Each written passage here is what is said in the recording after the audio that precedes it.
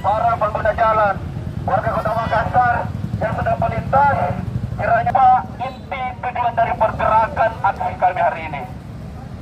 Allahu Akbar, Allahu Akbar.